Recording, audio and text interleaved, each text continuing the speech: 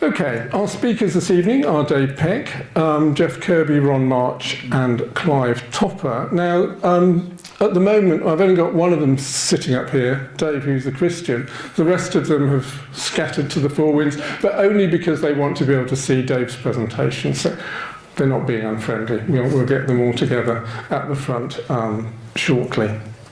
So Dave is a Christian. He works for an organisation called PACE, which I think stands for Programme for Applied Christian Education. Have we got that right, Dave? Barry Newman and I have been doing a double act with Dave for many years, going into schools to inform students about Christianity and humanism in a side-by-side lesson. And Dave and I, we've gone back many, many years, about 7 years probably. Yeah. And so we must have spoken to thousands of students doing our double act. So Dave is a good friend over many years, and that double act always seems to go down quite well. And of course, it opens doors in a way into schools because they can see that we can actually we can present different views to the pupils and in a very friendly manner. So that's a little bit about Dave. Geoff, do you want to just stand up and show them your wonderful T-shirt? So your T-shirt says, "And God said," and then there's this horrible maths equation, and then there was light. So that's. These are Maxwell's equations. Oh right, real equations. Okay, fantastic. This is my only visual aid for the evening, I should say. You've also got one of those flying teapot T-shirts, haven't you? The Bertrand Russell teapot. Okay, fantastic. I'll wear that at my next meeting. Yeah. Okay. So Geoff is a retired scientist and author. He's given at least two very entertaining talks to Dorset Humanists in the past, including the amazing history of toilets. So if you're interested in that topic, I think the video is still available on our YouTube channel. Ron is a retired RE teacher. Ron, do you just want to, just say hello? And Ron is going to say a few words later on. Okay, thanks very much, Ron. And Clive, I just asked Clive what he did for his career. And Clive, Clive, you're here. And Clive was a tropical agriculturalist, if I got that right, all over the world. So that's absolutely incredible. So anyway, I just thought I would mention that.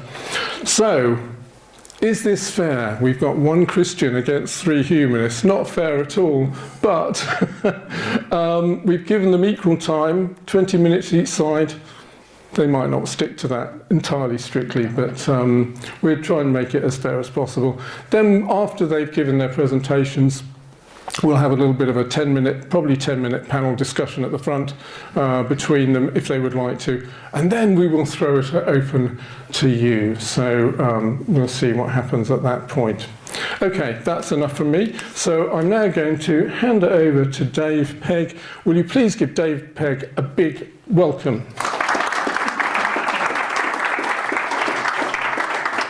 All right. Great stuff. Thank you so much for the warm welcome. I've been here before, but not for a very long time, actually, so it's nice to be back. And I'm by no means, I think, an expert in what I'm going to be speaking about tonight. I know a few things, and I've studied as a hobby, I guess, philosophical arguments. But David has asked me to bring two philosophical arguments for the existence of God this evening. They probably are a reminder to us. I guess many of us maybe have looked at them before, so I'm just going to be refreshing our memories of what the arguments say. It might be an introduction to them if it's your first time hearing of these. So it's the cosmological argument first, and then the fine-tuning argument as well. Cosmological and fine-tuning. So I'm going to just refresh our memories or introduce us to these arguments. I'll make a few comments on them myself. But as David says, it's not really set up to be a debate this evening, is it? So I'm not trying to win anything or change anyone's mind necessarily. I'm really here to contribute my thoughts about the arguments, remind us of them, and then learn from others, understand others and what they make of these arguments. I'm really interested in people's perspectives on these arguments too, from another angle other than mine. So obviously I'm a Christian, that means I'm a theist as well. Obviously I believe in God, I believe I have a relationship with God through Jesus. So that's where I'm coming from this evening, but I'm going to try and be as logical as I can as we go through these philosophical arguments. So let's have a look. I'll start with this guy, Frank Skinner, a Catholic Christian, and he says, I have friends who are atheists. There's this friend of mine, he says, it's such rubbish. Come back to my flat and I'll make a cup of tea and we'll talk the whole thing through. So I go back with him and he puts the kettle on. The thing is, Frank, the universe, it just happened. A big bang, an accident. No one made it happen. There's no great designer. No thought went into it or planning. It just happened. Do you get it? Anyway, that cup of tea won't make itself. I said, why not? Why not?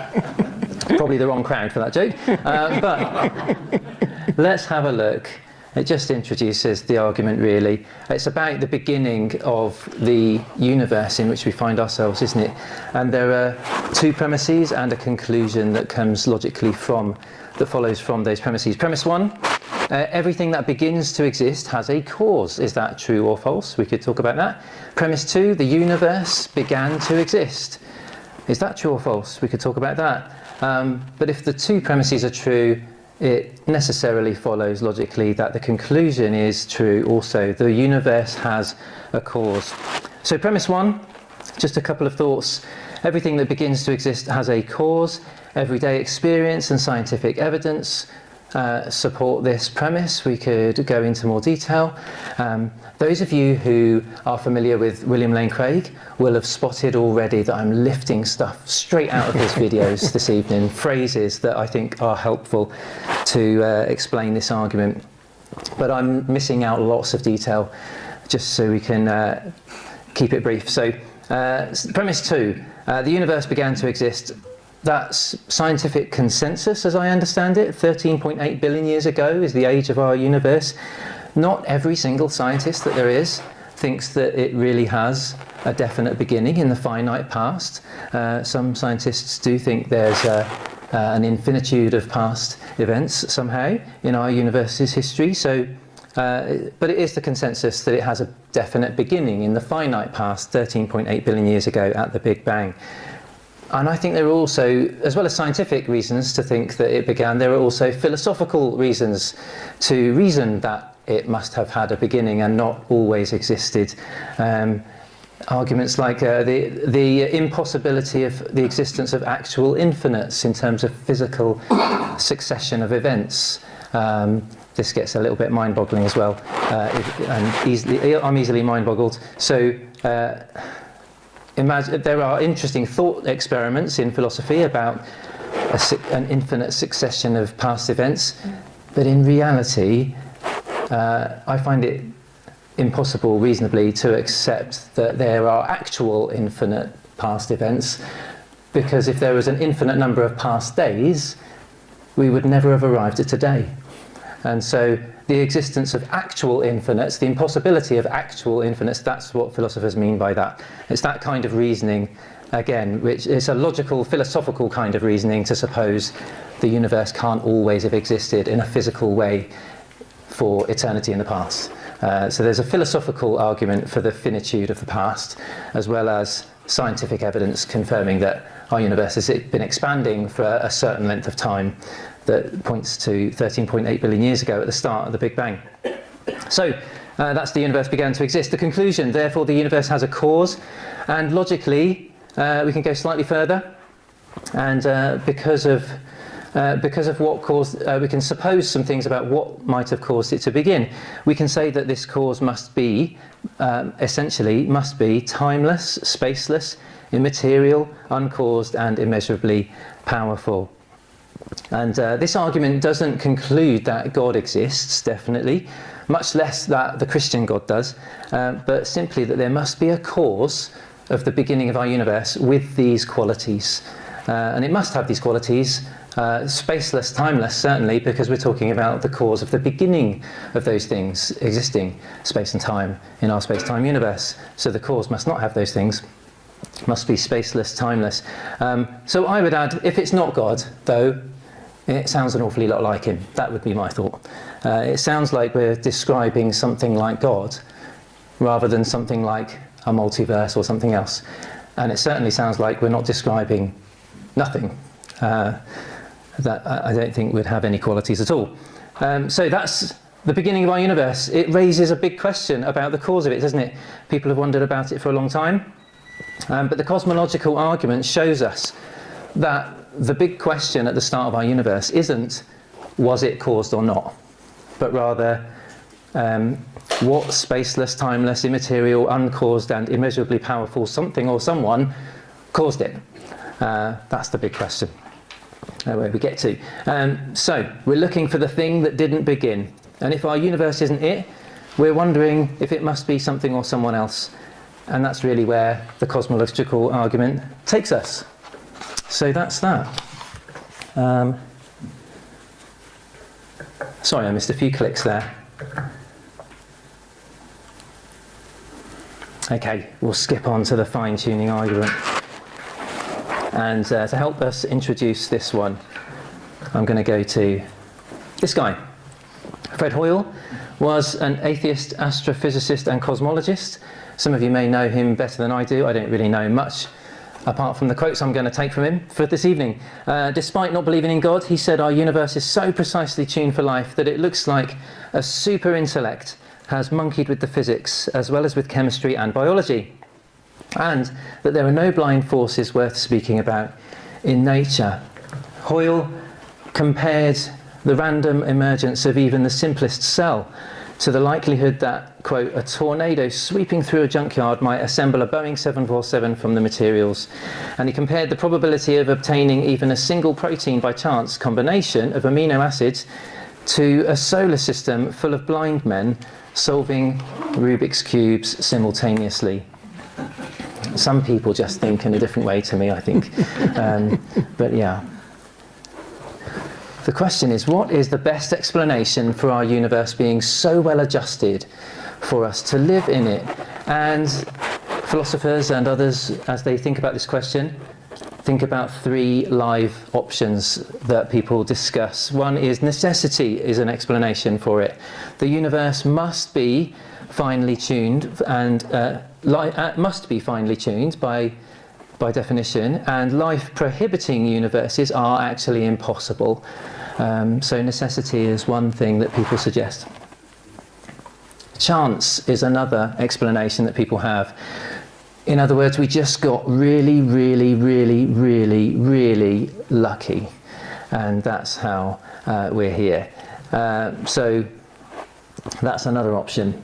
And then the third explanation of why it's so well finely tuned for life is design, and that says that it was done on purpose by an intelligent, powerful creator. You can guess that that's the one that I think is most reasonable. The first one, I think, is false. And we can rule it out. I think this argument, by the way, works differently from the cosmological. The cosmological is a deductive argument, isn't it? A couple of premises and a conclusion. This one's different. The way this one works is process of elimination, I think. There are three live options. We rule out two of them because we think they're impossible for some reason. We're left with one other that is the possible one, or the most likely one. And that's how people reason this one through. So the first one people rule out because life-prohibiting universes aren't impossible. There's no reason to think that. They're actually a lot more likely to happen. And besides, the cosmological constants and quantities that are so precisely tuned for life are not themselves determined by the laws of nature, but rather the other way around. So that's why people might rule out that first one. The second one, people rule out because the chances are so extremely small. This is what Fred Hoyle was talking about.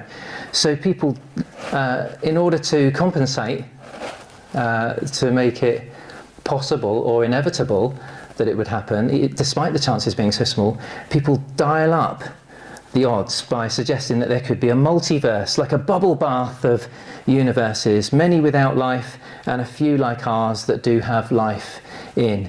But there's no evidence for this. It's something that people posit. But also, whatever generated these universes must itself be finely tuned.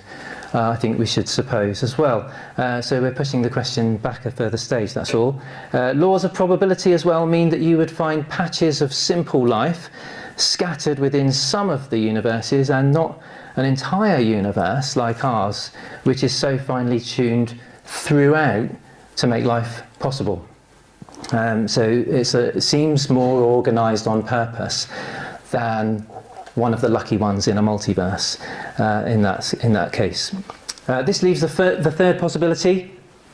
The reason our universe has the appearance of design is because it was designed, created by something or someone like God. We might use other words for that, but an intelligent designer. The most obvious answer is sometimes the right one.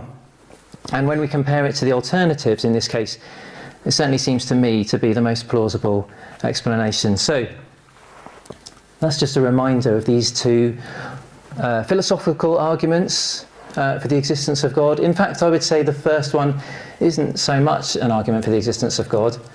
It's an uncaused cause, and then we start ruling out what it can't be, and then it starts to sound like God because it must have godlike qualities, spaceless, timeless, eternal, powerful, and so on. Starts to sound like God, but it certainly doesn't get you to the Christian God. It's a long way from that. The fine-tuning argument helps us in a different way to think that there must be an intelligent designer. So the cosmological argument basically says our space-time universe must have a spaceless, timeless cause. The fine-tuning basically says our finely tuned universe points to an intelligent, powerful designer. The fine-tuning has a fine-tuner, if you like. And there they are, the two arguments. And a few thoughts from me, but you can probably tell I'm not an expert.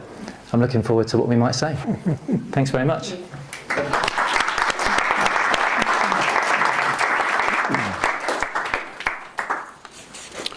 Thanks very much, Dave. I think we'll just blank that now, so that... Do you want me to stay up here or come back? It's entirely up to you. So who's coming next? Ron, are you coming next? Okay. So Ron's coming next, and Dave, you can... Yeah, I'll have a seat for a that'd bit. be absolutely fine. Do you need the mic? Yeah. Oh, yes. Well remembered. Yeah. Is there a mic? Just make sure we... This is for the video, Oh, right. if that's all right there. Yeah, okay. And if I can ask you to... I'll try and do it. The use thing this. is, I've got a hand that shakes like mad, but I'll try using the... If it becomes a problem, yeah. All right, okay. Thank you, Ron. Hello, everyone. I want to begin by outlining something about myself to provide background to what I am now. In my youth, I could see Christianity offered a way of making sense of life. Eventually, I became an RE teacher. The challenges of RE teaching and the questions pupils asked me made me think deeply. As my understanding of the universe and what we human beings expanded, my ideas changed, and I regarded myself as a radical Christian. In the 1980s, I found the Sea of Faith network that promoted exploring religion as a human creation. And I found I could no longer accept there is a supernatural dimension. Okay. Sorry, there was no supernatural dimension to existence. 14 years ago, through the Sea of Faith, I became aware of naturalism.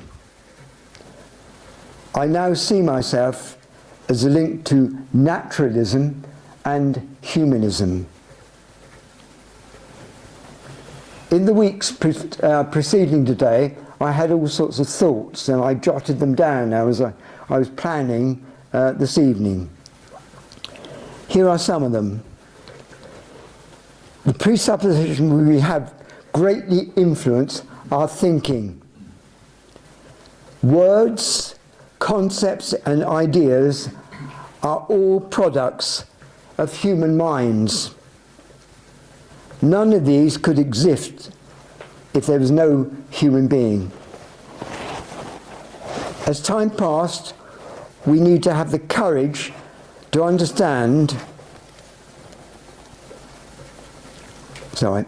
As time passes, we need to have the courage to change our ideas in the light of changed understanding. The more we understand, the more we realize our ignorance and our need to explore further. Each of us needs to live in the light of what we currently understand. This leads me to a series of questions about naturalism. What is naturalism? Naturalism asserts that the natural world is all that exists, and there's no need to appeal to a supernatural or transcendent entities to explain phenomena. It denies the existence of gods, spirits, or other supernatural forces. It emphasizes that natural laws govern everything in the universe. It promotes the use of the scientific method to understand the world and human existence. What is the scientific method? The scientific method is a systematic approach to acquiring knowledge that involves observation, forming hypotheses, designing experiments, analyzing data, and drawing conclusions. It is a process used to investigate phenomena, acquire new knowledge, or correct and integrate previous knowledge. What does naturalism say about the scientific method? Naturalism asserts that the scientific method is the most reliable way to investigate and understand all aspects of reality, including the human spirit and consciousness, because it's the only method of studying the natural world. Naturalism asserts that nature is the only reality, and all phenomena, including those related to human existence, can be explained through processes and laws. What does naturalism say about the cosmological argument? Naturalism maintains that all phenomena arise from natural processes and rejects the cosmological premise that the universe requires a supernatural cause. Naturalists argue that the universe exists necessarily, or the existence is a brutal fact, not requiring further explanation. Some naturalists propose an alternative explanation, such as an eternal universe or eternal initial condition. What does naturalism say about the fine-tuning argument? Naturalism maintains because only natural rules and forces operate in the universe, the observed fine-tuning for life is either a product within a multiverse, a necessary outcome of the universal fundamental laws, or an observation bias stemming from our existence within a life permitting universe. What does naturalism say about deism? While deism acknowledges a creator God, it posits a God who is distant and uninvolved in the universe, operating through natural laws.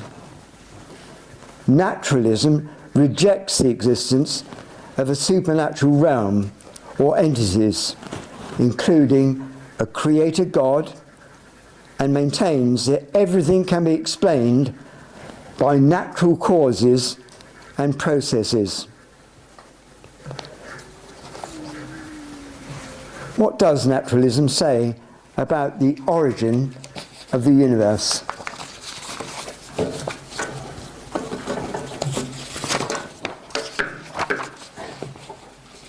Sorry.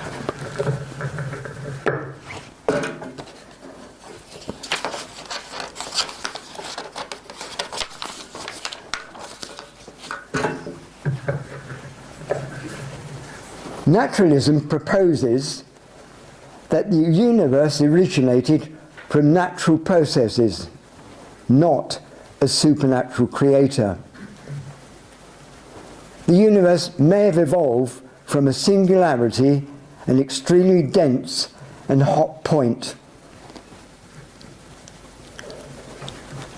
Several years ago, I became aware of Sean Carroll. He's an American physicist who specializes in quantum mechanics, cosmology, and the philosophy of science. He is known for his atheism, his vocal critique of theism, and defense of naturalism. This is what he says about three areas. The cosmological argument and causation. The cosmological argument often posits that everything that begins to exist has a cause. And since the universe began to exist, it must have a cause which is identified as God. Carroll challenges the premise that the universe began to exist in a way that necessitates a cause in a way the cosmological argument processes. He suggests that the universe might not have a beginning, and that the concept of time itself might be different at the Big Bang. He also questions the applicability of our everyday understanding of causation to the universe's origin, suggesting it might be a derived notion rather than a fundamental one. Fine-tuning argument about the multiverse. The fine-tuning argument suggests that the physical constants of the universe are finely tuned for life, which is seen as evidence for a designer. Carroll argues that we don't know the condition under which life is possible, and that apparently fine-tuning might be explained by other factors such as the multiverse. He proposes the multiverse is a naturalistic explanation for fine-tuning, suggesting that different regions of the multiverse might have different physical constants, and we just happen to be in a region where life is possible. Carroll points out, if God had finely tuned the universe for life, it might look very different from how it actually appears. Naturalism and the scientific approach.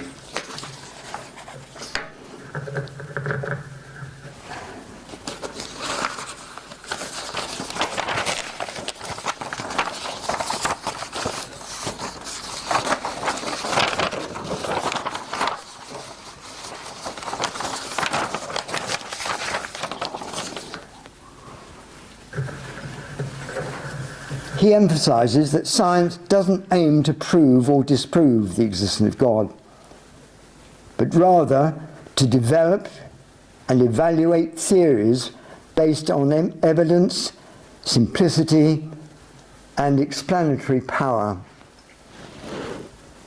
Carroll argues that theism, when applied to cosmology, often involves introducing complexities and ad hoc explanations that are not as elegant or well supported as naturalistic explanations.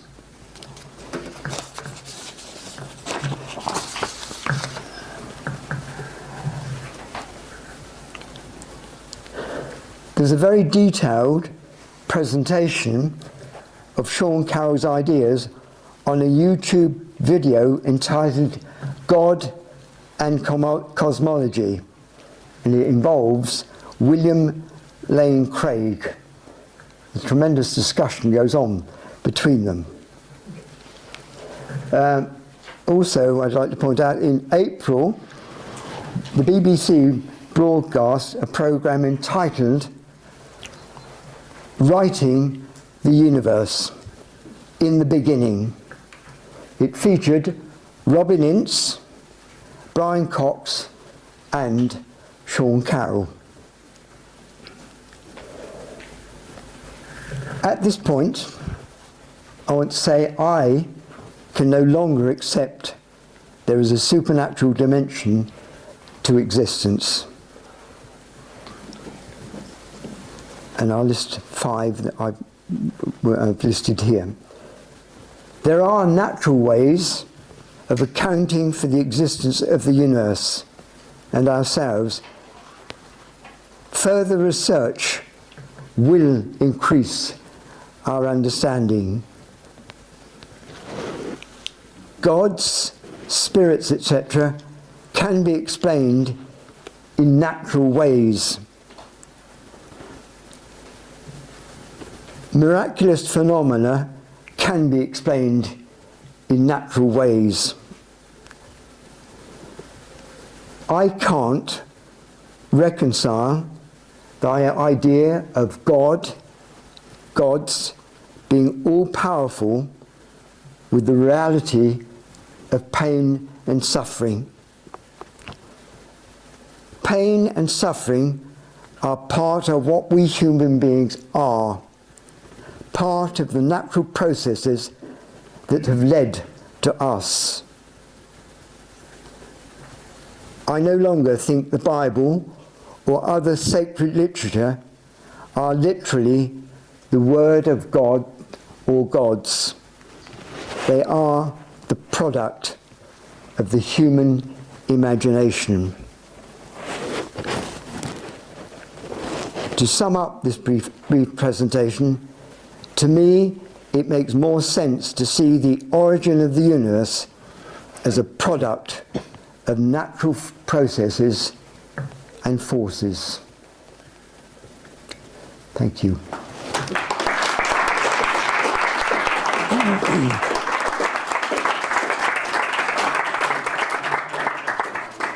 Thank you very much, Ron. It looks like the humanists are going to absolutely blow their time limit, but that's quite all right. We'll forgive you, and we'll let Dave have plenty of comeback a little bit later on. So, and I forgot to mention actually that our 3 humanists tonight, plus Marjorie, wherever you are, have come all the way from Dorchester, our Dorchester humanist group, which has been going for probably 15 years or something like that. Anyway, great. Let's get Geoff up next. So Geoff, I know that you've got some slightly different views as well. So right. Well, I have to start with an apology and thank Dave for bringing up this subject, because it's caused great interest with the West Dorset Humanists. There have been emails flying around for weeks. We've had a 3-hour big discussion, all of us in a pub, and we've discovered that we've all got different views on the subject. So, Geoff, I'm just going to pop this on you for the video.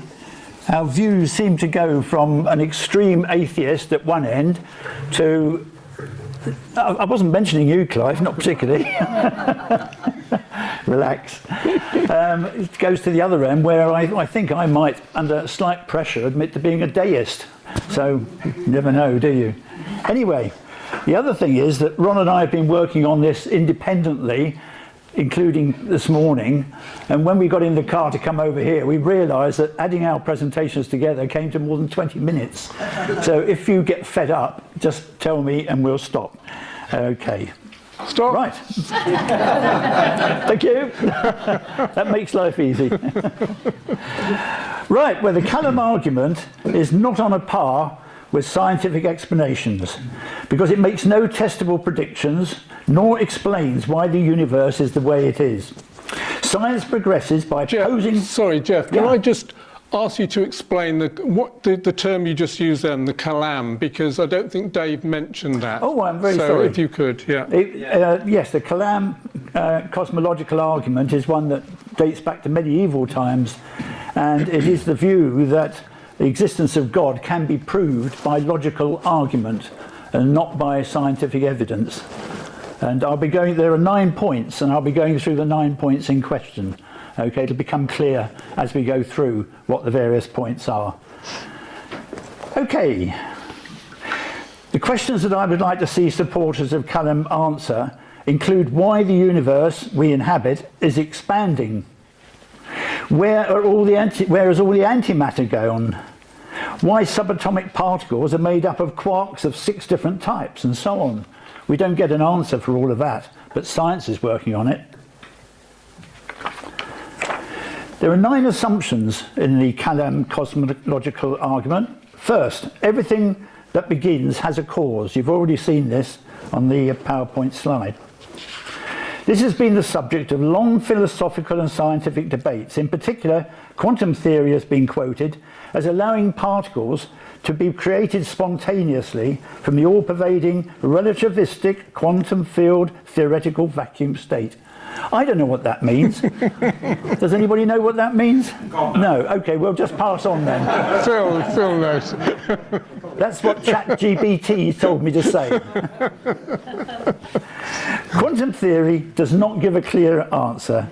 There are 2 main interpretations of the quantum world. One is the Copenhagen interpretation of Niels Bohr, which insists that everything that happens in the universe on an atomic scale is random and cannot be predicted.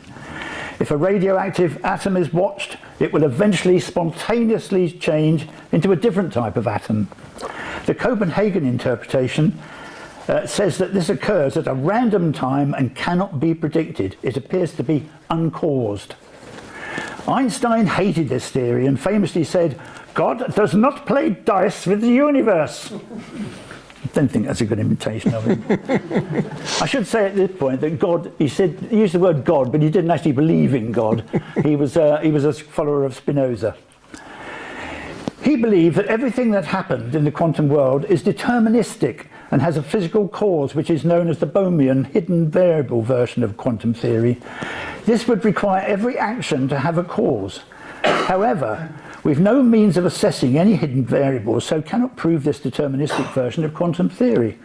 Although science cannot answer the question, the current consensus is that quantum theory does not forbid the proposition that everything that begins has a cause. So let's leave it there and let the philosophers, theologians and scientists scratch their heads over it. We wouldn't argue from a scientific point of view with that first assumption. The second assumption is that the universe began to exist. This is a no-brainer, as we observe the expanding universe and everyone agrees that there must have been a start to this expansion. So, moving on to the third and fourth assumptions. Number 3, the universe has a cause, and number 4, the cause of the existence of our universe is uncaused, otherwise there would be an infinite chain of causes. This is what supporters of the Callum argument say. This is not a logical conclusion in my opinion. It all depends on what was present when our universe came into existence. Although the expansion of our universe, which is beyond doubt, must have had a start, our universe may not have had a cause, because it may have been formed from the debris of a previous universe. This is the Big Bounce theory. This predicts that there has been an infinite number of universes expanding, slowing down and collapsing into an unimaginably small volume before a new universe expands from the debris. Theologians and philosophers have problems getting their heads around the concept of an infinite number of universes, but mathematicians and scientists have no problem at all with infinities. When solving the equations of quantum theory, infinities pop up all over the place. For example, when subatomic particles such as electrons move from one place to another, they move like waves, not like little snooker balls. To calculate the consequences of an electron making a move, the quantum mechanical equations have to be solved for all possible paths that the electron can take, which is an infinite number of paths. The Nobel Prize winning genius Richard Feynman worked out how to do this. Calculations came out by his method agree with experiments to an accuracy of 1 part in millions. In fact, quantum mechanics is the most accurately validated theory ever developed in the history of science. Einstein's theory of gravity also predicts infinities. Some are at the centres of black holes. Also, if it were possible to watch falling into a black hole, it would appear to take them an infinite length of time. They would never reach the hole. We also have to deal with infinities in everyday life. For example, let's say that the distance from me to the nearest toilet is 16 metres. Out there. That's about right. To get there, I first had to travel a distance of 8 metres, followed by a journey of 4 metres, followed by another journey of 2 metres, and so on, each journey being half the previous one. Because I can only travel the full 16 metres after an infinite number of journeys, it follows I cannot reach the toilet. Although I will eventually get close enough to use it with a high probability of not soiling the floor. I hope. I know from experience that I can reach the toilet after an infinite number of journeys in an infinite and hopefully good time. That's Zeno's paradox. He invented it in about 450 BC. Embrace infinity. The Big Bounce theory is not very much in favour at the moment, as our universe is expanding at an ever-increasing rate and may well continue to do so for an infinitely long time. There's nothing to stop it. As the trillions of years pass, the stars will die and cool to absolute zero, minus 273 degrees. There is nothing to end this process, and cosmologists are comfortable with predicting that this process of decay will last for an infinite length of time. Infinity is not a problem to scientists and mathematicians. Only theologians and philosophers can't get their heads around it. George Cantor sorted it all out at the end of the 1800s. See his Wikipedia article. It's very understandable and brilliant. The Hilbert Hotel thought experiment, which is mentioned by Craig in some of his videos, is often quoted in the literature on Kalman as a brain-frazzling adventure into the world of the infinite. Do read about it on the Wikipedia page. It's absolutely fascinating. In the discussion, I'm happy to spend just a couple of minutes describing it for you, if you like. So, moving on quickly. Assumption number 5. The cause of our universe must be timeless, spaceless, immaterial, and enormously powerful to be able to create the universe. Okay, because our time and space are unique to our universe and both come into existence at the universe's start, it does at first sight seem that whatever is not in our universe may be in a timeless, immaterial void. However, it could be in a different time and space, unrelated to our time and space. The option is not considered in the Kalman argument, and as a result, that part of assumption 5 falls apart. Our universe could have been created in another universe, space and time.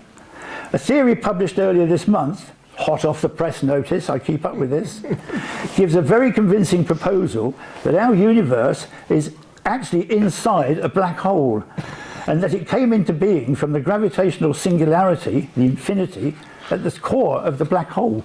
Get your head round that. Thus, our universe originated within a space and time different and independent from our space and time. I'm sorry, but there's no room for a spaceless, timeless deity there, in my opinion. So how would a universe creator set about making our universe? I refer to it as it. I hate to refer to God as he, because that's the way it's always been, but I refer to it as it, and I'm not giving any offence, I hope, there. So how would a universe creator set about making our universe? It would have to plan the universe, decide what laws of physics to incorporate. See my t-shirt for making light. It would have to work out the values for the parameters needed to fine-tune the universe to allow sentient life to develop, if indeed that was the purpose of our universe. Assemble the materials for the universe and set it all going. The scope for the task would have been incredible. Our universe contains 100 million billion subatomic particles. Quarks, neutrinos, Higgs particles, etc. The internal energy of the baby universe was 10 million billion joules. Wow.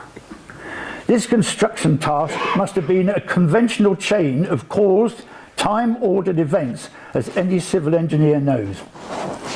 How could the creator entity do this in an immaterial, timeless void where causeless events are the rule, arbitrarily assumed by theologians to avoid an infinite change of caused deities? While scientists come up with theories that make predictions that can be tested, theologians make no predictions, give no explanations, and wave a hand saying, God can do anything. Assumption 6. We're getting the last 3 coming up now. Then you can go to the bar. The cause of the universe must be personal, possessing non-deterministic agency in creating the universe from a timeless state. That is assumption number 6 in the cosmological argument. I'm just going to have a quick drink from here. Oh, excuse me.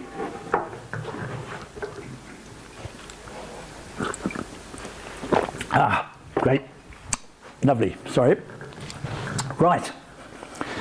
This was much discussed in the West Dorset Humanist group about what is meant by the word personal. I took this as meaning an interventionalist deity who went on to manipulate the universe it had created.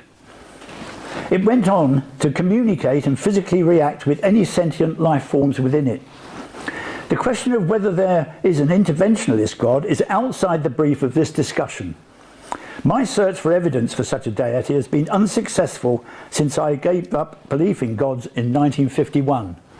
And I think some of you weren't even born then. So I've been an atheist for a very long time. Maybe this could be a topic for a future debate. Right, assumption number 7. The cause of the universe must be singular in the absence of good reasons to believe that one or more uncaused causes.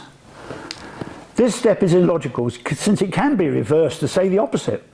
The cause of the universe must be multiple in the absence of good reasons to believe in a singular uncaused cause. Surely we don't have to believe that there was only one God. Why should we? Surely the more gods the better. A job shared is a job done better, as my old grandmother used to say. Is it a coincidence that by arbitrarily choosing a monotheistic option, the supporters of the Kalam argument are arguing for the monotheistic Abrahamic deity and dismissing the polytheistic religions such as Hinduism and the ancient Roman, Greek and Viking religions, for example? Some commentators supporting the premise that there must be a singular deity cite Occam's razor. When faced with a choice of explanations, choose the simplest.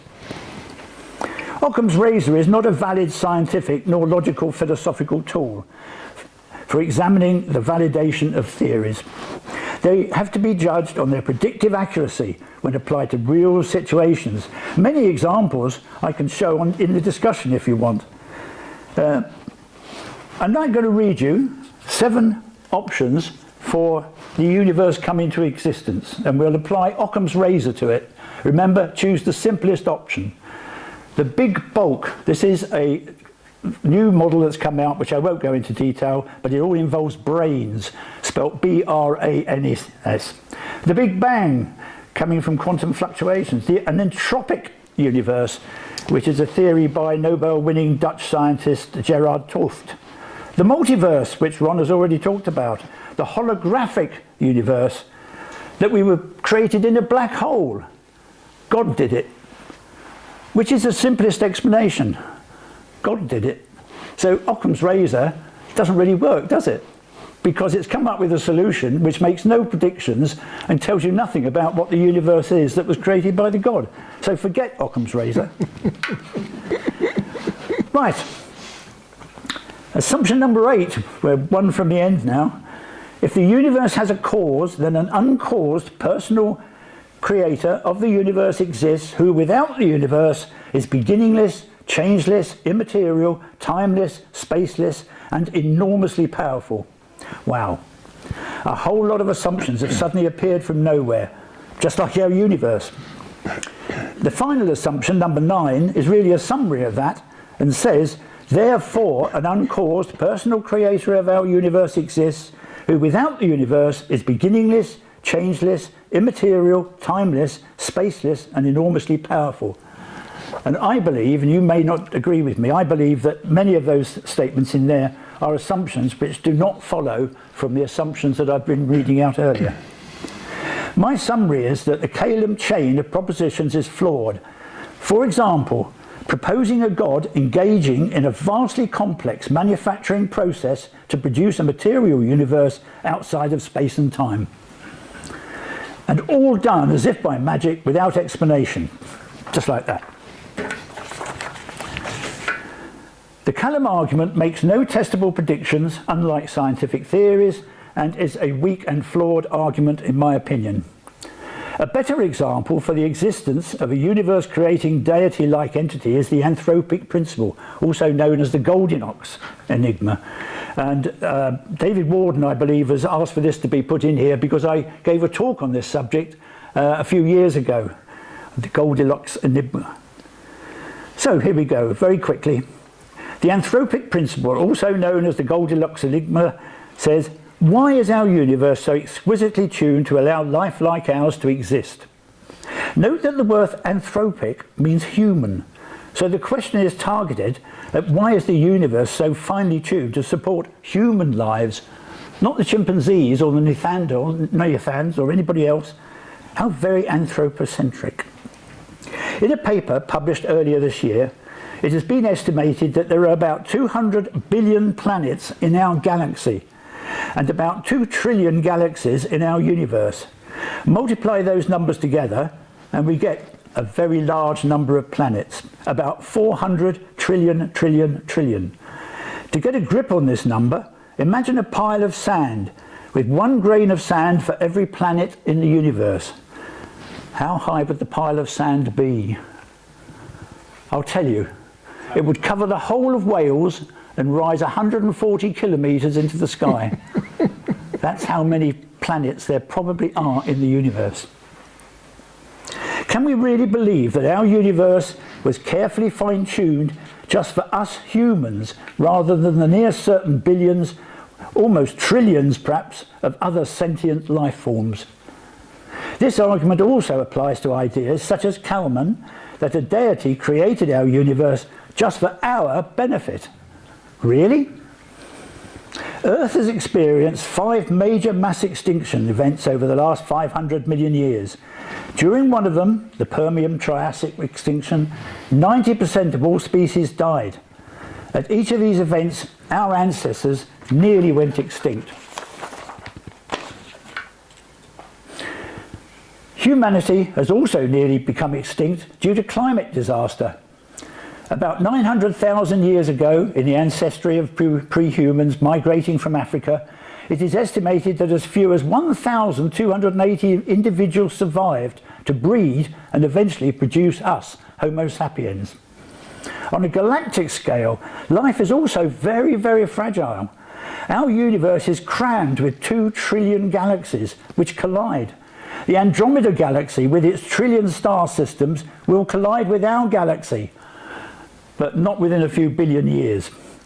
It's unlikely that life on either galaxy will survive that cataclysmic encounter.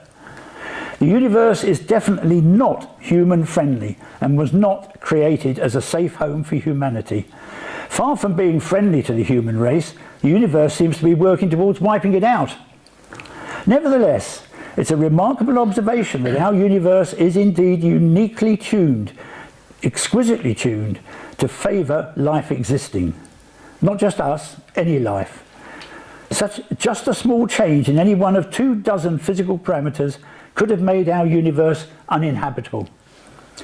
Take the force of gravity, for example. Had gravity been just a little bit stronger, then our universe would not have been expanded for 13.79 billion years, allowing stars, galaxies, planets and life to exist. Instead, our universe would have expanded to a very small size and then quickly collapsed back onto itself in a spectacular fireball. Had gravity been slightly less strong than it is, then the universe would have expanded too quickly for the primordial gas to condense into stars and planets. Our universe would have remained a rapidly expanding, tenuous gas, no life, and expanding forever, infinity. This is also true of many other physical parameters, such as the strong nuclear force, a few percentage changes here and there, and we wouldn't have had atoms.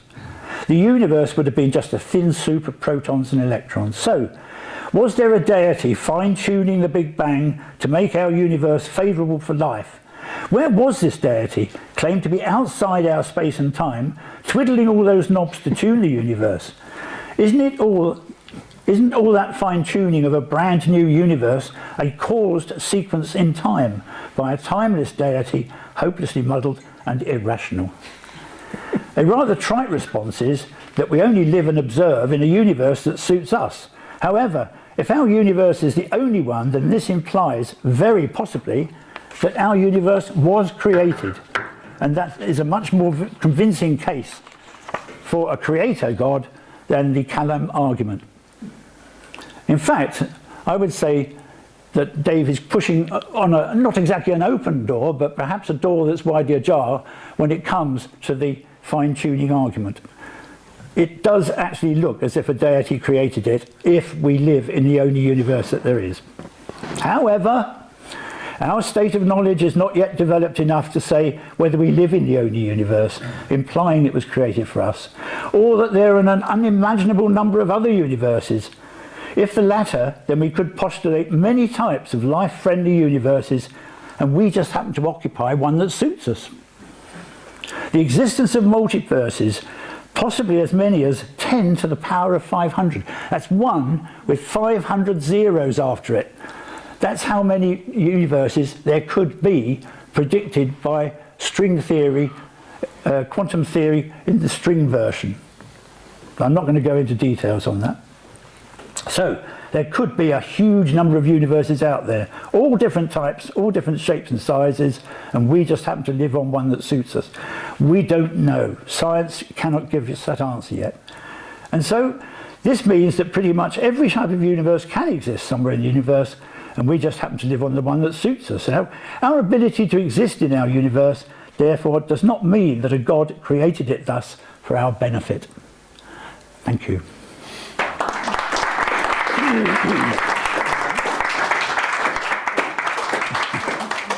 I apologise if we've run over our time. Thank you very much, Geoff. Right, okay, let's get our, I was going to say our 4 contestants up. Let's get our 4 contestants up here to have a little bit of a scrap, or yeah, arm wrestle or whatever. Let's have 10 minutes, a little bit of feedback from you before we go to the audience. So, Dave, I'm wondering if anything that was said there about the Kalam cosmological argument by Geoff in his presentation gave you pause for thought, or has converted you to atheism, or you know, that kind of thing. Oh, don't want that. No, it's not done that, but I think what often happens with the cosmological argument is, when it's debated and discussed, is that we accidentally end up extending the argument. The conclusion of the argument is, therefore, the universe must have a cause. Full stop. That's it, isn't it?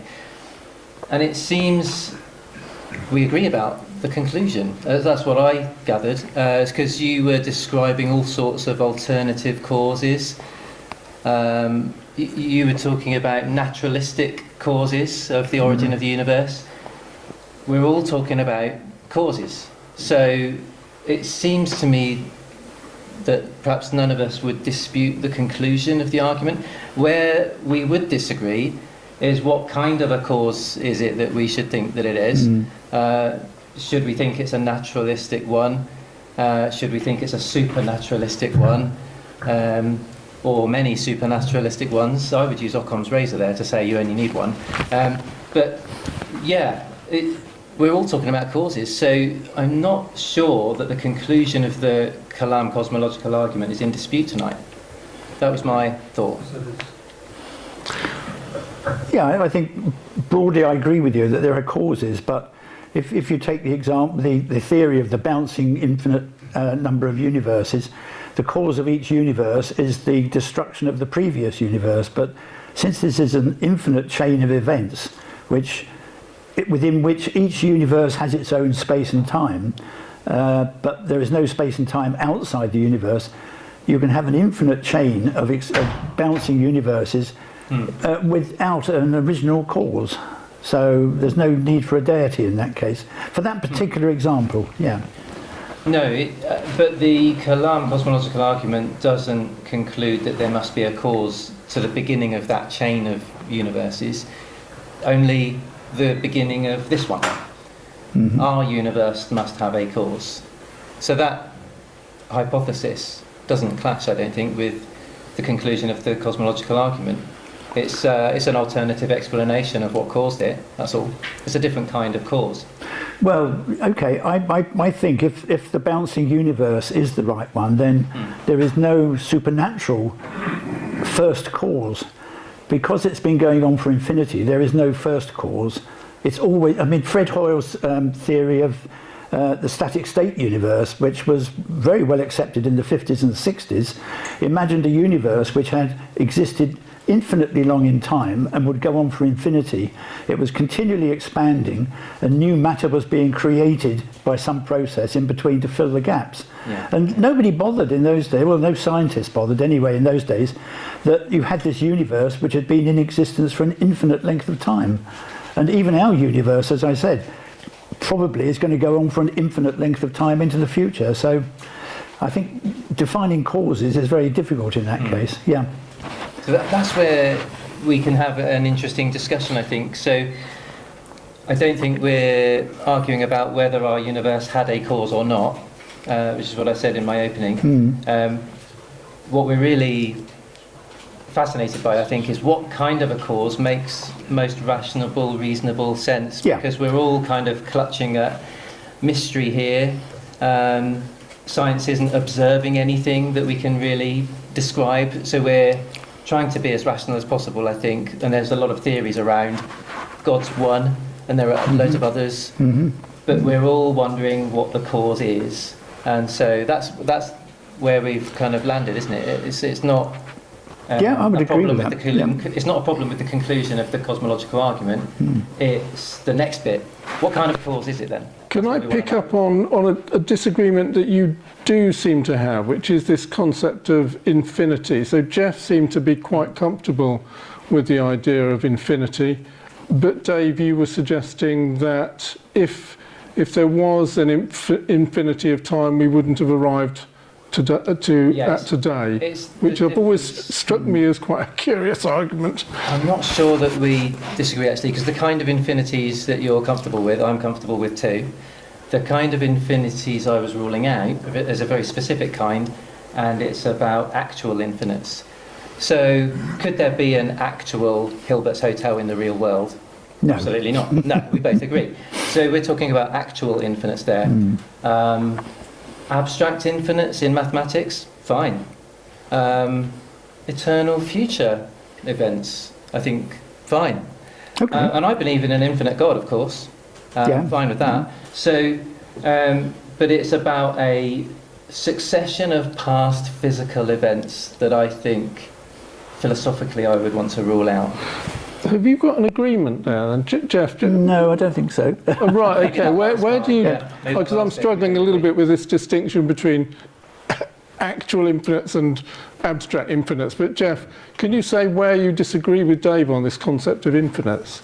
Yes, I think Dave is making a difference between an infinite journey into the past and an infinite journey into the future, and saying an infinite number of events or something like that happening in the past is impossible, but an infinite number of events going into the future is possible. I think that's my understanding, and there is no difference between the two. Infinity is infinity, whether it's into the past or into the future. And I do understand the Callum argument that to get where we are today, we would have had to have an infinite number of events to get here. But I would have had to make an infinite number of journeys to get to the toilet. But I still get there. So that's the thing, you do still get there, don't you? You don't actually, in reality, struggle to reach the loo. I'm guessing you don't. But because it's a thought experiment, it's a theoretical infinite number of journeys. In reality, we know it doesn't work like this. We get there, don't we? Oh, to infinitely subdivide a finite space just doesn't work in reality. I still don't understand why you have a problem with. I don't understand why you have a problem with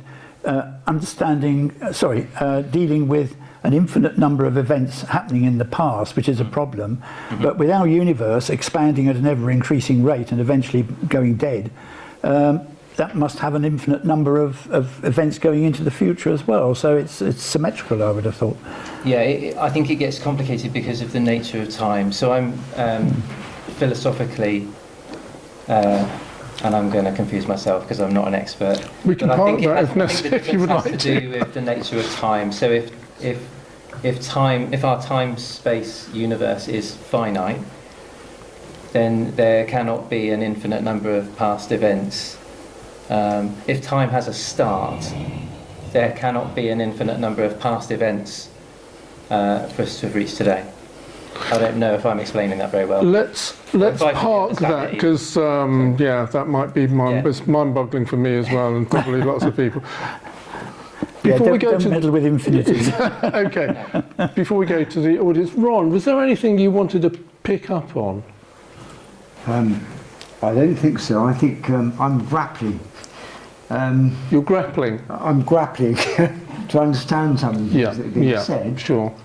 And therefore I would resort to what I say about naturalism, that in the end there will be a natural explanation. In the end, meaning what? Well, right. Within science, you mean that's progressing? Yes. Okay. In other words, we need to consider the fact that in the future we may come across something else which will help us to understand. Yeah, okay. Can I ask a question of Ron? I think it's Ron, isn't it? Yes, go ahead, Dave.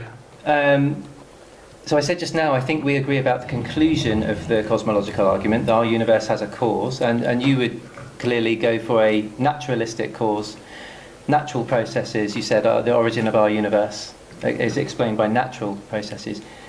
But it did sound to me like you may be challenging the second premise of the cosmological argument, that our universe began at all.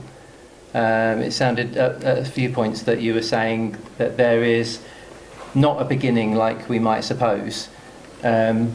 But then you did go on to talk about the cause of the origin of it, which confused me. So that sounded like you did think it had a start after all. But what do you really think about premise 2 is my question. In fact, there is no cause. Not even a naturalistic.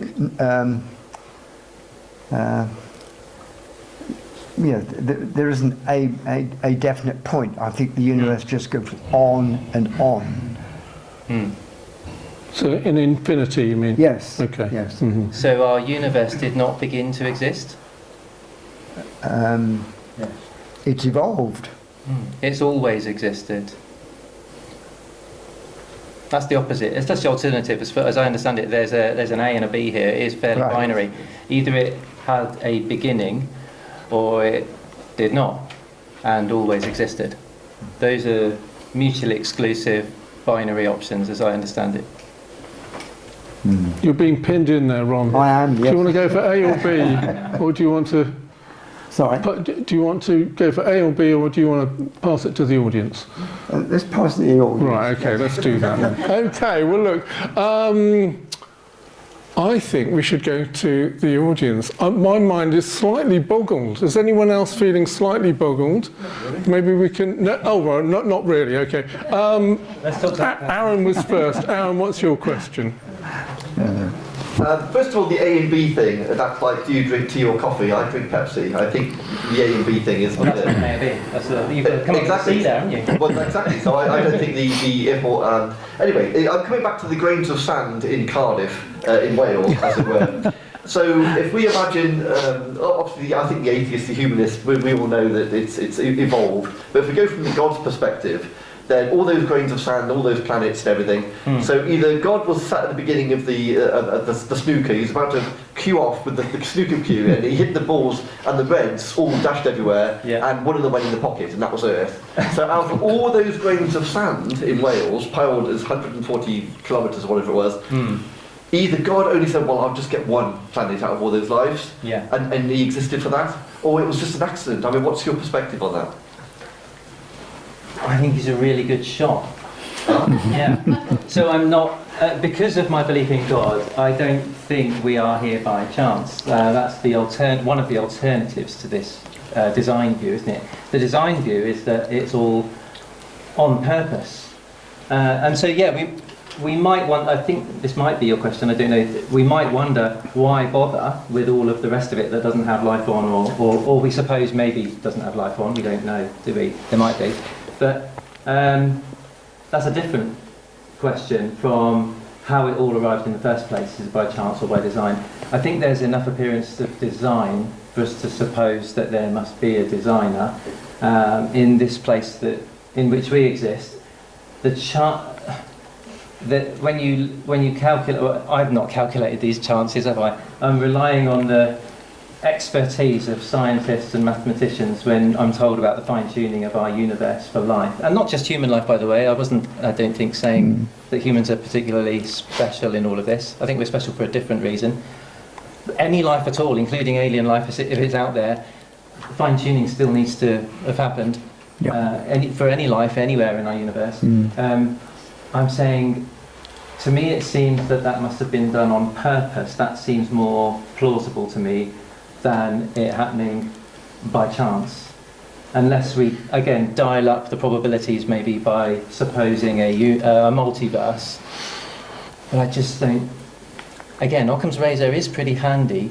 I think we're coming up with a more complicated, unnecessary explanation for why it might have happened.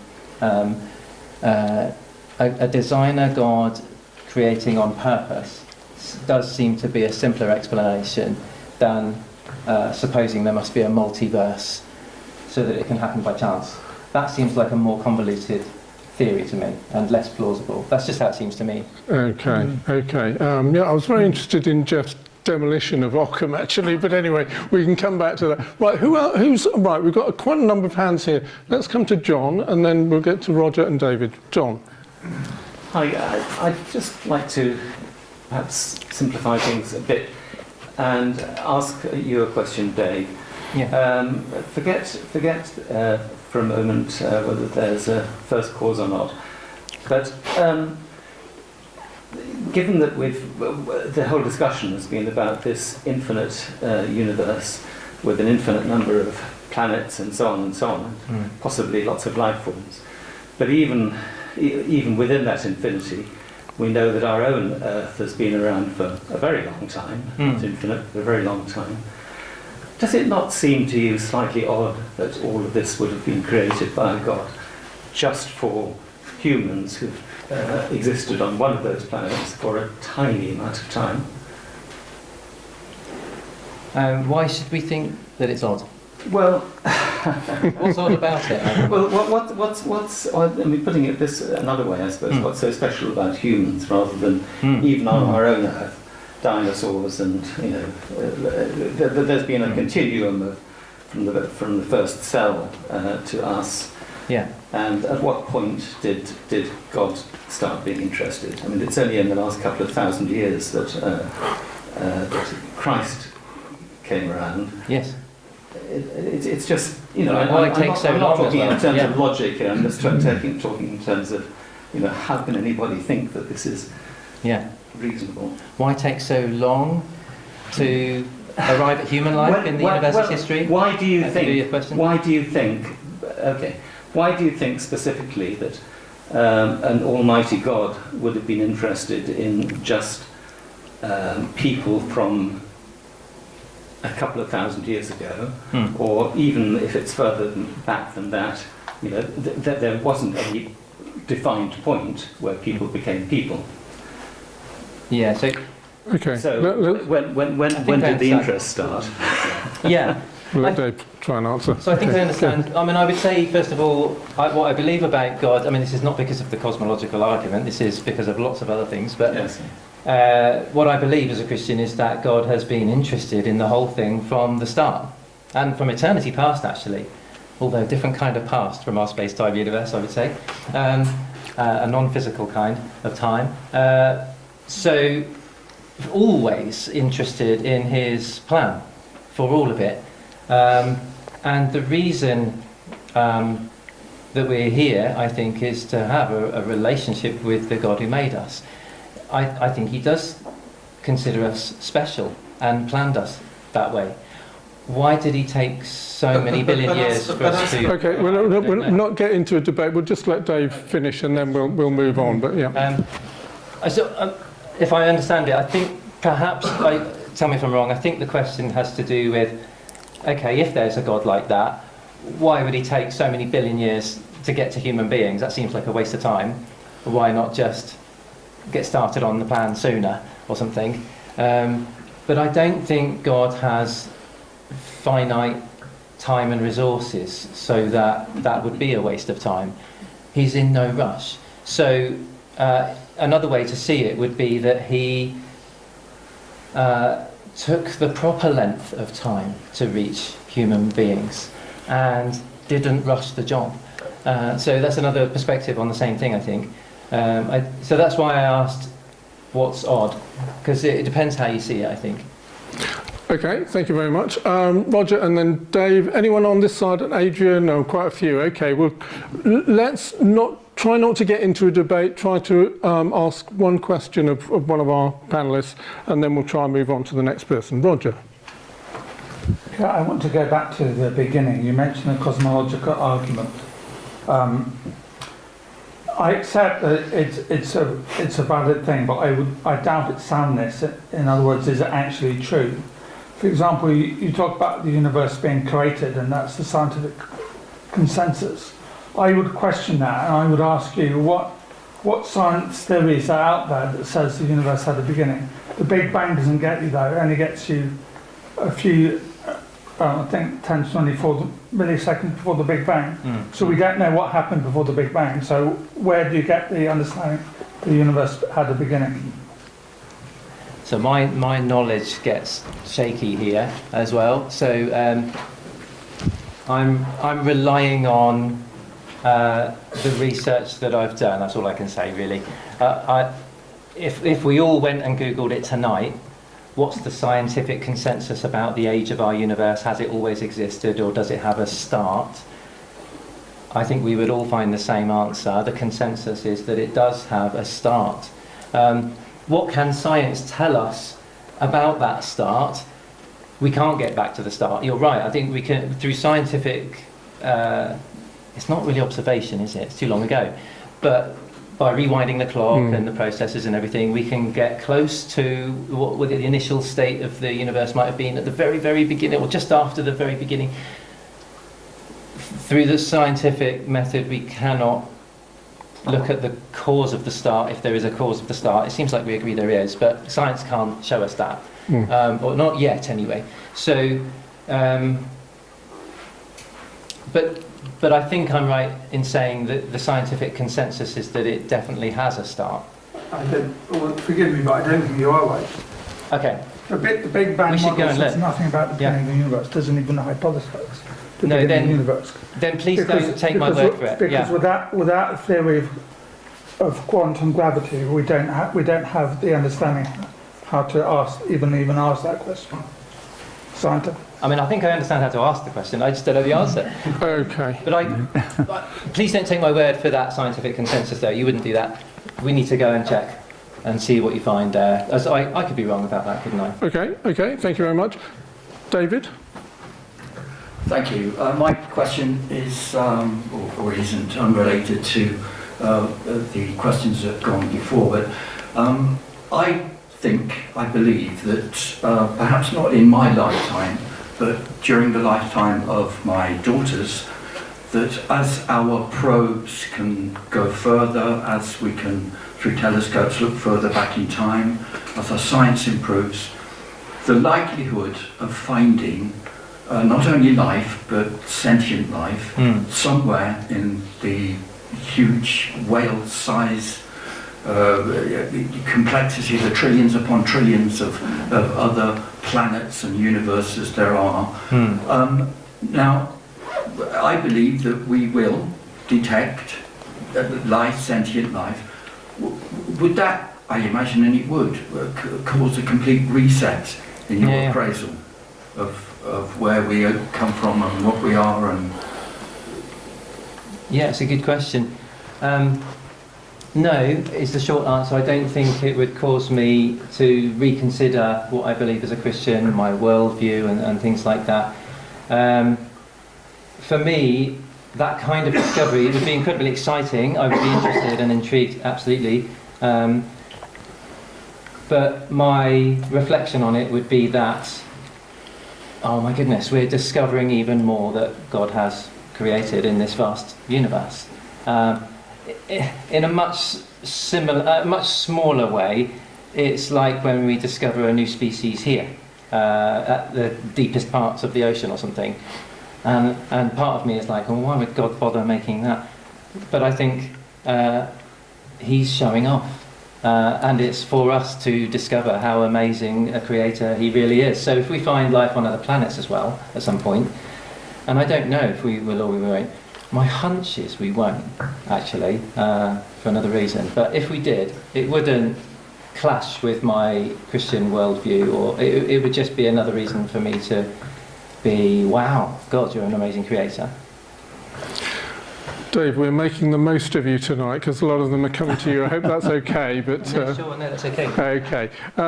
Adrian, what's your question? Okay. Thank you. Hello, David. I've got two questions, in fact, for you. First comment I want to make is that you seem to have a very good understanding of science and of philosophical issues. And you talked about you get to the position of accepting there's a creator of some sort. Yeah. But my first question is, why do you then leapfrog, jump, and make an assumption about that creator being this Christian God? Why do you feel the need to extend that and create a supernatural being? Why not just accept there might have been some form of creation which we don't yet understand? My second question is about the existence of God. Where did your God actually exist? Is God, most people call him he. I prefer to use the expression it. So if you want to get offended by that. I don't mind saying they, actually. Does God it's more exist personal. in this universe, or does it exist separate from the universe? In other words, at the point when the universe was created, did this God of yours create itself at the same time, or did it exist beforehand? And if so, where did he reside, or where did it reside and exist? So there's 3 questions here, I think. I'll try and make sure I keep track. So the first one, why would I leap to the Christian God? Yes. I certainly wouldn't leap to the Christian God from the cosmological argument. I just don't think it gets you that far. It doesn't even get you to any kind of God, necessarily. It just gets you to saying that there's a cause of the start of our universe. And I think we agree there. We just wonder what kind of cause. We have different ideas about what kind of cause. There are many reasons why I am a Christian rather than any other kind of theist. But the main one is Jesus, and there it's about investigating the claims there and then evaluating and making your own mind up about all of that. It's the evidence for Jesus and so on that you could look at. It's also a personal experience I have of a relationship with God, but that doesn't help you guys, that's just me. So there's a difference between knowing that and showing that to others. So I would tend to point to evidence about Jesus to show it to others. But my personal experience of relationship with God sure works for me, so that's a reason for me. The other two questions, one was about where God is, or where? So I believe God is spiritual, which means non-physical. He doesn't need a place to be. Someone said tonight there was no room for a creator. I absolutely agree. He doesn't need a room. Or twiddly knobs to fine tune. He doesn't need those either. Someone suggested, well, what kind of knobs would they be? No, he doesn't need that. He's the fine tuner. He can create out of nothing. When we were describing the scale of the task, it was presented as a reason to think that it wasn't God. That surprised me. I would think that's a reason to think that it must be some incredible God that could do something like that if the task is that big. So, no, I believe God is spirit, non-physical. And I think, again, I'm extending the cosmological slightly here when I say I think you do need a non-physical kind of cause for the beginning of physical stuff at the Big Bang. I think you need a non-physical cause. A spiritual one would fit the bill there, logically, I think. Hard for us to imagine non-physical reality things, isn't it? And most of us here probably rule them out. But when we're talking about the cause of the beginning of physical things existing, maybe we're not talking about that. We might disagree about what I've just said there, but if that's what we're talking about, the cause of the beginning of space and time, physical, the cause can't be that stuff, I think. And when did God creating himself? No. I don't think it makes sense to think that God created himself at the Big Bang, or at all. In the same way, I don't think it makes sense to say that the universe created itself either. You have to exist to create itself, and then you're already here. It's too late. So, no, I think God pre-existed our universe, but that he doesn't have a beginning. But then it does beg the question. Adrian, we've got others, rather than get into twos and pros, we need to get to other people. Sorry about that. Let's okay, Paul, and then Barry. Well, somebody over there goes. Okay, okay, Paul. Thank you. I think I did a crafty bit of queue jumping there, but I've actually got a question for all three. Can any of you envisage any evidence which could be put to you, which you could share with the rest of us, which would change your mind to the opposite perspective? Okay, so all three of you, but if you can try to keep it fairly brief if you can, then we'll try and get some more questions in. Geoff, do you want to go? Yeah. What would change your mind? I said earlier that I was leaning towards Deism from a very young age, actually. If we live in the only universe that there is, and the universe, we all agree, is very fine-tuned, I can't explain why we are in that universe. And I would have to start thinking about some sort of supernatural way in which that universe was brought into being with the parameters and the characteristics that it had. And I wouldn't, I have no idea what that creator would be like. I don't believe it's the creator of the Old Testament, and probably not the New Testament, or even Muhammad or anybody else's narrative, but it has always worried me since I became an atheist, as I said, in 1951. That niggling worry. Universe, you might be reconverted. Yeah. Okay, well done, It's Geoff. never too late. Never too late. No, well, it might be too late. But Ron, what would change your mind? If you could show me that the spiritual dimension is other than something that we produce ourselves. In other words, if it's other than what our brains are actually constructing. Okay, okay. Thank you very much. Yeah. And Dave, what would change your mind? We're doing our best tonight, but you know. I find this question really difficult I want to be open-minded, obviously, and consider every perspective and understand better those perspectives. What would change my mind about the existence of God is a really hard question for me. I'm just so utterly convinced that he must be real, and is real in my life personally, but also is the best explanation for a whole load of stuff that we've been talking about. So it's really hard. Okay, you can leave it there if you like. What would stop me being a Christian specifically might be if we could prove conclusively that Jesus did not rise from the dead. I know there's... Or even existed. I know there's plenty of... Well, I mean, yeah, sure. If you want to make it harder for yourself. It's not difficult. Ring Richard Carrier, isn't it? Yes, yeah. But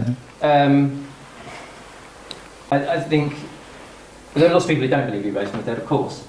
But proving that he didn't... So there's some evidence, there's some historical evidence stuff there that might give you cause to... Yeah. Conclusively that he didn't, other than say dead people don't rise, of course. Then, yeah, if we could demonstrate in the case of Jesus that he definitely didn't, that would reset my Christianity for sure. We've had debates here with the Moorlands College about the resurrection, so we won't rehearse that right now. Barry or Peter? Hello everyone. Thank you everyone. Can't see you all. Hi. I think it's very admirable, Dave, that you're with the room full of everything. Yes. I think you do. I've got to give you kudos.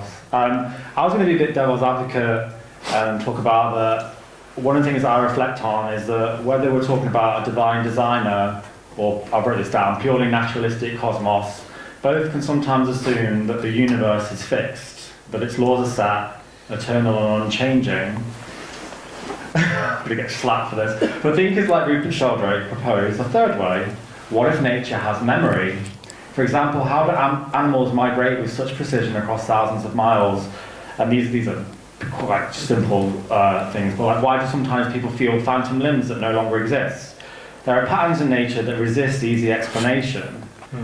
And I guess I don't firmly believe any of this, I just think it's an interesting take on it. So Sheldrake talks about morphic resonance, that habits form across time and space, like grooves in a record, shaping the way systems behave, even in different places. So my question to the panel is this: do you see room in your worldview for a universe that's learning? One that has evolving tendencies, perhaps even purpose, not necessarily imposed from outside like a divine plan, nor entirely random and mechanical, but something more emergent and more alive? Well, we've only got a few minutes to tackle that one. Who would like to have a go at that one? I'm familiar with the work of Rupert Sheldrake. I first came across him back in the 80s, I think. He did a lot of experimental work, looking, for example, if whether dogs could detect when their owners were leaving the office and things like this, because dogs always seem to go to the window and start going sniffing like this, say 30 minutes before their owner was coming home. So he's done an awful lot of interesting work, and there may be something in it. I tend to be a hard and fast materialist, believing that everything is controlled by the interaction of atoms, even our personalities, the way the brain works, consciousness, free will. It's all deterministic in my view. I could well be wrong, and I would be interested to be made wrong. Yeah. Okay. Dave or Ron, do you have a Ron?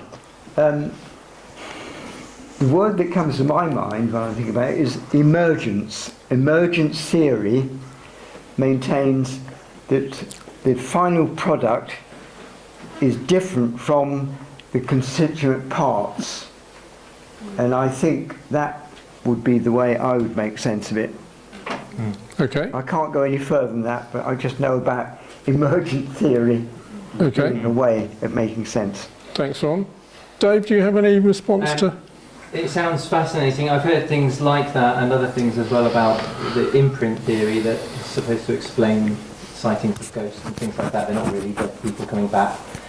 But the imprint of extreme times of stress and repetition of soldiers marching over a hill and that kind of thing, leaving some kind of an imprint or something like that that people see later on. I don't know if that's anything to do with what you were describing there, or if the same guy thinks the same stuff.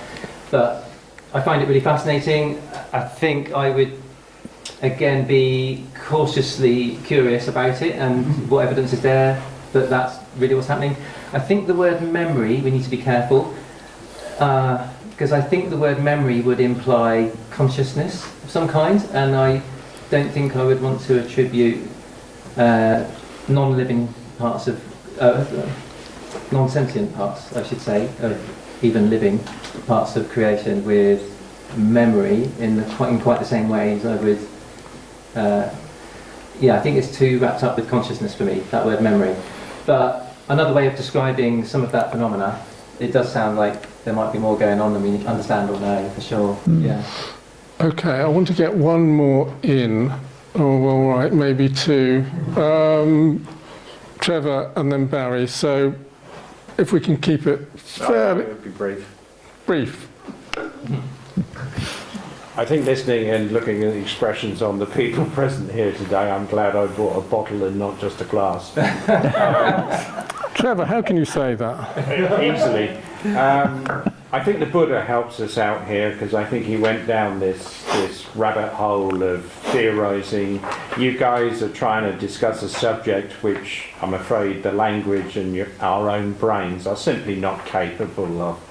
You're paddling around in the dark. It's almost worse than theology. So I like what the Buddha said.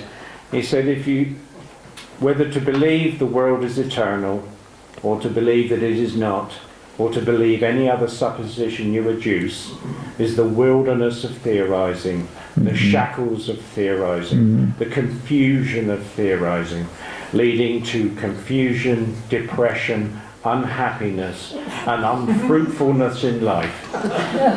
It does not lead to peace, tranquility, love and happiness, and for that reason I discard them all. Wow. It sounds like he's really... Well, yeah, okay.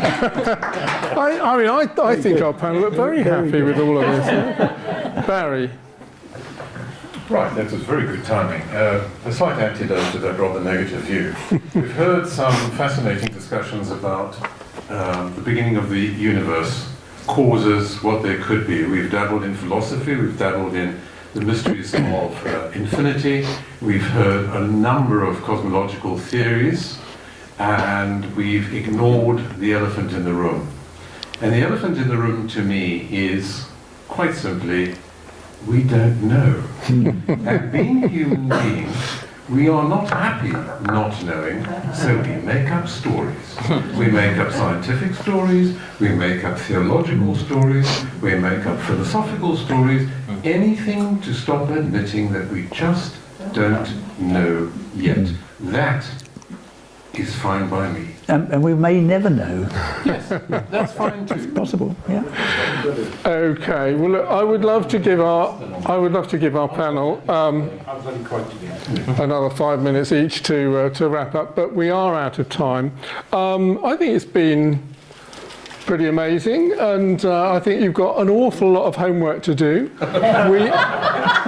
We are going to test you next time you come along on all of these theories, things like Occam's razor and the Kalam cosmological argument, and we hope that you pass that exam when we present it to you.